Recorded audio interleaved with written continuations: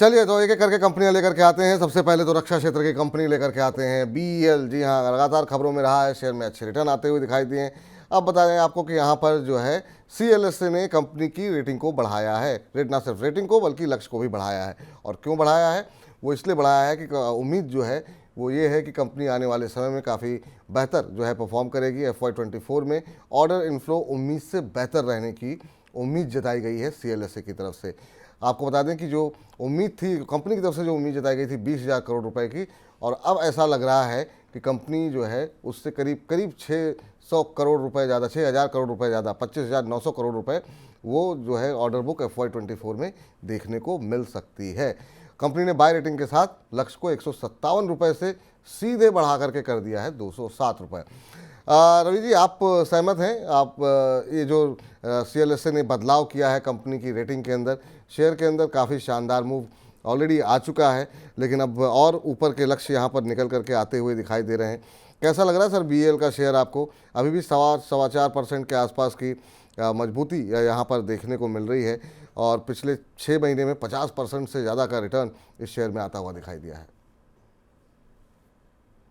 बिल्कुल जी। देखिए, इस समय तो टारगेट इसके अगर देखता हूं तो मैं तो अब 200 की सीरीज के पार हो गया हूं, यानी कि 220 और 250 के लक्ष्य की तैयारी कर रहा हूं। तो किसी भी डिप पे मैं हमेशा अब खरीदारी करने की राय दे रहा हूं। तो मुझे लगता है बिल्कुल ये स्टॉक अभी अच्छा है और बाइंग मोमेंटम में रहेगा। सेल करने की गलती ना करें, एग्जिट भी ना करें, क्योंकि आपको अगर बड़ा प्रॉफिट दे सकता है स्टॉक तो जब तक दे रहा है तब तक चलने दीजिए। तो मुझे लगता है ये टारगेट अचीव जरूर होते हुए नजर आए।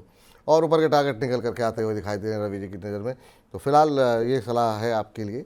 चलिए आगे बढ़ते हैं और अगली कंपनी पर नज़रिया डालते हैं, और वो है अपने आईटी क्षेत्र की दिग्गज कंपनी। और यहाँ पर पूरे आईटी पैक में आज हम देख रहे हैं कि दबाव देखने को मिल रहा है। और इन्फोसिस पर खबर ये है कि एक ग्लोबल कंपनी ने कंपनी के 150 करोड़ डॉलर के ऑर्डर को रद्द कर दिया है। एक आपको बता दें कुल करीब 12,500 करोड़ के आसपास की ये डील बैठती है। तो एक बड़ा ऑर्डर था जो कि 14 सितंबर को ही कंपनी को मिला था, और उसको जो है किन्हीं कारणों की वजह से रद्द किया है। अब ये कहा जा रहा है कि एक तो आईटी क्षेत्र के अंदर पहले से ही काफ़ी मुश्किलें हैं, जिस तरीके से वेज हाइक को लेकर के और तमाम चीज़ों को लेकर के। ऐसे में अगर इतना बड़ा ऑर्डर रद्द होता है तो शायद इसका मतलब आईटी के लिए अभी बहुत कुछ अच्छा नहीं दिखाई दे रहा है। ख़ासतौर से यूके के अंदर, अमेरिका के अंदर उस तरह की ग्रोथ की भी उम्मीद दिखाई नहीं दे रही है। सर इन्फोसिस कैसा लग रहा है? हम देख रहे हैं कि एक अच्छी रिकवरी थोड़ी बहुत आती हुई दिखाई दे रही थी। अब इस खबर से आज थोड़ा दबाव है आईटी पैक के अंदर। बाकी कंपनियां भी थोड़ा सा दबाव दिखा रही हैं। आपकी राय क्या होगी आईटी पर लेकर के, और ख़ासतौर से इन्फोसिस? देखिए विपुल जी, मैं आपको क्लियर बताऊं, मैं तो आईटी सेगमेंट में मैंने पीछे भी कई स्टॉक्स की रिकमेंडेशन जब दी है तो छोटे स्टॉक्स पे, दिग्गज पे फोकस किया है। अभी आ, दो एक दिन पहले जब चर्चा हो रही थी तो किसी ने विप्रो पे भी आपके यहाँ पे सवाल किया था, तो मैं यही कह रहा था कि देखिए ये मोमेंटम में तेज आएंगे लेकिन ये थक जाते हैं, वापस गिरावट की तरफ मूव कर जाते हैं। तो टीसीएस, टेक महिंद्रा, विप्रो, इन्फोसिस, ये ऐसे स्टॉक्स हैं जिनमें कि अगर आप स्टॉक मार्केट में बने रहेंगे तो आपको ठीक है थोड़ा प्रॉफिट आएगा, लेकिन बहुत टाइम लगेगा। तो अगर आप मार्केट के इन्फ्लेशन के साथ चलना चाहते हैं तो अभी आईटी सेक्टर को थोड़ा सा दूर रखिए, दूसरे सेक्टर की तरफ, परफॉर्मेंस की तरफ देखिए। और जब मार्केट में सब अच्छा चल रहा होता है तो जनरली आईटी जो है वो कंसोलिडेशन पे होता है या डाउन साइड पे होता है। अब दूसरे स्टॉक्स की बात करूं तो देखिए, जैसे हमने जेनटेक, जेंसर, साइंट, इनकी बात करी थी, ये स्टॉक्स ज्यादा अच्छे हैं। तो मुझे लगता है अभी थोड़ा सा इन्फोसिस जो है वो वापस से यहाँ पर थकता हुआ सा नजर आ सकता है। बहुत ज्यादा अपसाइड का मोमेंटम मुझे नहीं दिखाई देता। मुझे लगता है वापस आपको 1450 और 1400 तक के रेट देखने को मिल सकते हैं। तो जल्दबाजी नहीं है, आप मिस कर सकते हैं इसमें बाइंग करना। तो जल्दबाजी ना करें सर। चलिए इस बीच अगली कंपनी लेकर के आते हैं। माफ़ कीजिएगा, जेनएसआर टेक पे जरा बातचीत कर लेते हैं। माफ़ कीजिएगा, ऑयल इंडिया पे जरा बातचीत कर लेते हैं। और आपको बता दें यहाँ पर खबर तो जो थी पिछले कुछ दिनों में काफ़ी सारी रही, वो हमने आपको बताई हैं। लेकिन अब यहाँ पर टेक्निकल चार्ट्स के ऊपर शेयर के अंदर एक ब्रेकआउट जैसी स्थिति दिखाई दे रही है। चार्ट्स पर हम देख रहे हैं कि अच्छे वॉल्यूम के साथ डबल बॉटम पैटर्न बनता हुआ दिखाई दे रहा है। और टेक्निकल जो एनालिस्ट हैं वो अब कंपनी के ऊपर 750 से 770 रुपये तक के लक्ष्य देते हुए दिखाई दे रहे हैं। अब जो है आज भी हम देख रहे हैं कि एक अच्छा मोमेंटम है, 3-4% के आसपास की तेज़ी यहाँ पर देखने को मिल रही है। और ऑयल इंडिया की अगर हम बात करें सर, शानदार मूव शेयर के अंदर देखने को मिला है। आपकी क्या सलाह रहेगी? अभी ऊपरी स्तरों से थोड़ा हल्का हुआ है, 2.75-3% के आसपास की मजबूती देखने को मिल रही है। आप फंडामेंटली भी चीज़ों को पढ़ते हैं, चार्ट्स भी पढ़ते हैं काफ़ी अच्छे तरीके से। अभी आप इन टेक्निकल एनालिस्ट की राय से सहमत दिखाई दे रहे हैं सर? देखिए, फिलहाल तो चार्ट स्ट्रक्चर ज्यादा अच्छा है, इसमें कोई डाउट नहीं है। और अपसाइड के मोमेंटम भी यहाँ पर दिखाई दे रहे हैं, तो मुझे लगता है बिल्कुल अपसाइड में एक बार यहाँ से भी अभी 15 से 18% तक की रैली दिखाई दे सकती है। फंडामेंटल भी सपोर्ट दे रहे हैं, तो बिल्कुल अपसाइड का मोमेंटम बनेगा। चलिए, इस बीच जो है अब आगे बढ़ते हैं और ज़रा आजकल हम देख रहे हैं कि दिल्ली और आसपास के इलाकों में काफ़ी तेज़ी के साथ ठंड बढ़ती हुई दिखाई दे रही है। और कुछ एक खबरें भी हैं, इसकी वजह से लिकर शेयरों में आज हम देख रहे हैं काफ़ी जो है तेज़ी जो है देखने को मिल रही है। और यहाँ पे बड़ी खबर ये है कि गुजरात सरकार ने जो गिफ्ट सिटी होगी उस पर से शराब के बैन को हटा दिया है। यानी कि आप रेस्टोरेंट के अंदर या फिर वहाँ पर जो शॉप्स हैं वहाँ पर जो है आप होटल के अंदर शराब जो है वो बेची जाएगी। और उसके चलते हम देख रहे हैं कि जो लिकर स्टॉक्स हैं वो थोड़े से झूमते हुए नज़र आ रहे हैं। इसमें हम यूनाइटेड बेवरेजेस को में देख रहे हैं कि अच्छी तेज़ी देखने को मिल रही है। करीब 0.25% से लेकर के 2% की तेज़ी जो है वो लिकर स्टॉक्स के अंदर देखने को मिल रही है। अभी अगर हम देखें तो यूनाइटेड बेवरेजेस का शेयर जो है वो करीब अब 1.5% से ज़्यादा ऊपर कामकाज करता हुआ दिखाई दे रहा है। रेडको खेतान की बात करें तो यहाँ पर भी हम देख रहे हैं 0.25% के आसपास की तेज़ी दिखाई दे रही है। अगर हम बात करें यूनाइटेड स्पिरिट्स की तो यहाँ पर अगर हम देखें ये ऑलमोस्ट अभी फ्लैट ही कामकाज कर रहा है, 1075 का स्तर देखने को मिल रहा है। सर, ये लिकर स्टॉक्स को आप कैसे पढ़ रहे हैं, देख रहे हैं? अगर आप ट्रैक करते हो तो आपकी राय जानना चाहेंगे। खबर आई है और उस खबर के तिलक नगर इंडस्ट्रीज़ का 2% से ज़्यादा उछला हुआ है। तो अब गुजरात के अंदर जो जहाँ पर कि ड्राई स्टेट कहा जाता है वहाँ पर अब जो गिफ्ट सिटी होगी उसके अंदर लिकर जो है वो शराब जो है वो बेची जा सकेगी, लोग खरीद सकेंगे। इतना किसका कितना पॉजिटिव इम्पैक्ट आप देख रहे हैं? और बाकी सर्दियों में थोड़ा कंजम्पशन बढ़ ही जाता है, आपकी राय क्या है? देखिए, मैं आपने जो स्टॉक्स यहाँ पर अभी दिखाया है, चाहे वो यूनाइटेड ब्रेवरीज हो, रेडिको हो, इन सारी की अगर मैं लिस्ट बनाता हूँ तो देखिए, मैंने अभी एक आपको ये कहा था कि पार्टी के पैसे, पिछले प्रोग्राम में अगर याद हो तो मैंने कहा था मंडे को कि पार्टी के पैसे निकालने के लिए हमें रेडिको बाय की रिकमेंडेशन दी थी।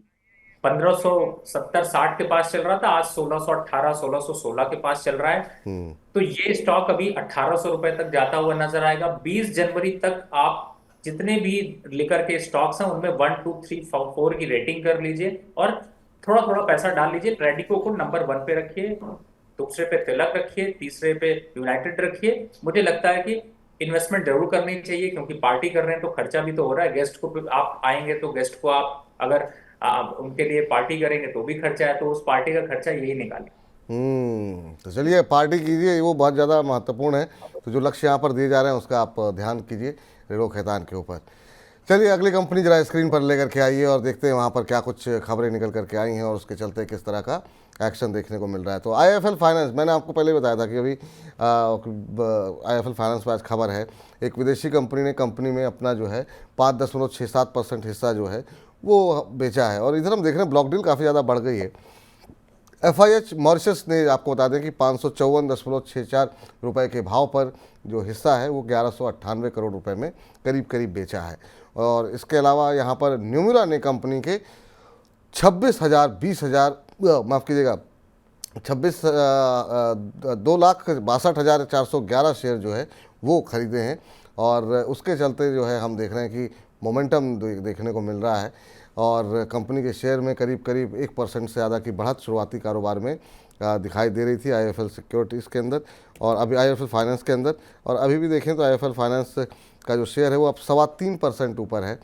आईएफएल फाइनेंस सर, चूँकि अब यहाँ पर एग्जिट तो हुआ है लेकिन नोवामा ने जो शेयर खरीदे हैं उसके चलते एक मोमेंटम बना हुआ दिखाई दे रहा है। आपकी राय क्या होगी आईएफएल फाइनेंस को लेकर के?